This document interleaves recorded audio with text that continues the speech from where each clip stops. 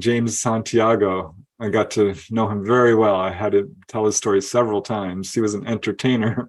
He decided to take a road trip along with this crazy psychic lady. He thought she was crazy, but also kind of intrigued by her because she was super psychic and could demonstrate it. And she's like, take a road trip with me across, Canada, across the Canadian Rockies. Because he had to go to do a gig. He was an entertainer, a singer. And she was traveling that direction. He's like, no, I'm not going with you. Are you crazy? I don't do cars.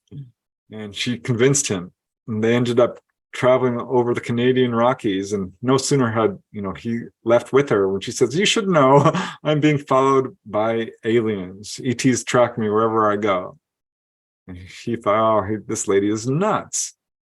Because she started saying weird stuff like, do you have any nickel with you or metal or what I think it was nickels. And he's like, yeah, I've got change. It's like, well, we need to get rid of it because they use that to track me. And he's like, oh, this lady is nuts. But sure enough, they're driving along and she turns to him and says, do you feel the pressure? And he's like, what are you talking about? She says, the ETs are about to come. This is in the middle of the Canadian Rockies at night. And she's like, I don't think so. And then he felt it. He said it was the weirdest thing. He felt this pressure kind of pressing him into the seat. Well, I've heard this from many people. This is kind of one of the ways they can render someone unable to move. And sure enough, this disc drops down out of the sky and hovers over their car and she pushes the pedal to the metal and she's screeching around these high mountain roads as this emerald green disc is right above the car.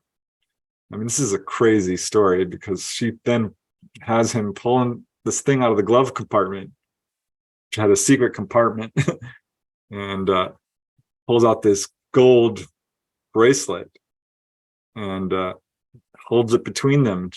She says, hold it and put your hands on it and this will drive the UFO away. I'm not quite sure what to make of this whole story, but this is what happened.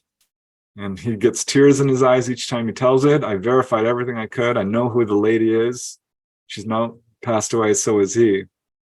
But the UFO finally went off for whatever reason. I think they may have been taken, honestly, because when someone has a sighting that is that close, dollars to donuts, they were taken on board.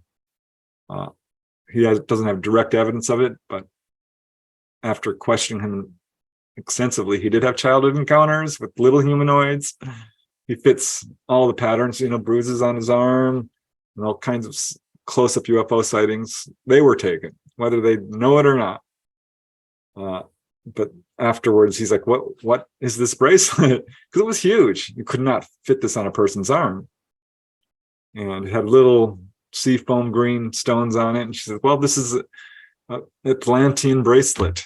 She was an explorer and scuba diver as a young woman. She's a world famous artist. I know exactly who she is. I wish I could say, but she still has family. And she said she found that off the coast of Spain